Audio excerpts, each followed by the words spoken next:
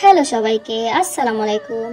আজকে আপনাদের জন্য নিয়ে এলাম করলা, তবে সবুজ নয়, সাদা। হ্যাঁ, এটা হলো সাদা করলা। এটি হলো করলারই আরেকটা ভ্যারাইটি বা আরেক জাত বলতে পারেন, যেটি হলো সাদা জাত। তবে একটা কথা বলে রাখি, সাদা করলার বেনিফিট আর সবুজ করলার বেনিফিট কিন্তু সেম, একই উপকারিতা রয়েছে দুটি করলার মধ্যে, শুধু দেখতে ভিন্নতা। করলা সাদা হোক আর সবুজ, তেতো কিন্তু কোনোটাতেই কম নয় বা কোনো অংশেই কম নয়। আচ্ছা, যাই হোক, এখন আমি আপনাদের বলবো এই করলার বেনিফিট কি কি।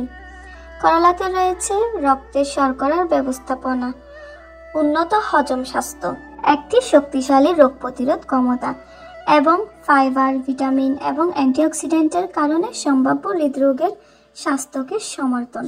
কিছু গবেষণা প্রাথমিক হলেও করলার ব্যবহার রক্তের শর্করার মাত্রা কমাতে, রোগ প্রতিরোধ ক্ষমতা বাড়াতে এবং অন্ত্রের কার্যকারিতা উন্নত করতে পারে বলে জানা গেছে।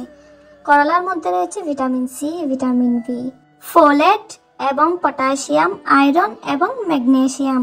তো আজকের জন্য এতটুকু। ভিডিওটি কেমন লাগলো অবশ্যই জানাবেন, ভালো লাগলে লাইক করবেন আর আমার চ্যানেলটিকে সাবস্ক্রাইব করবেন।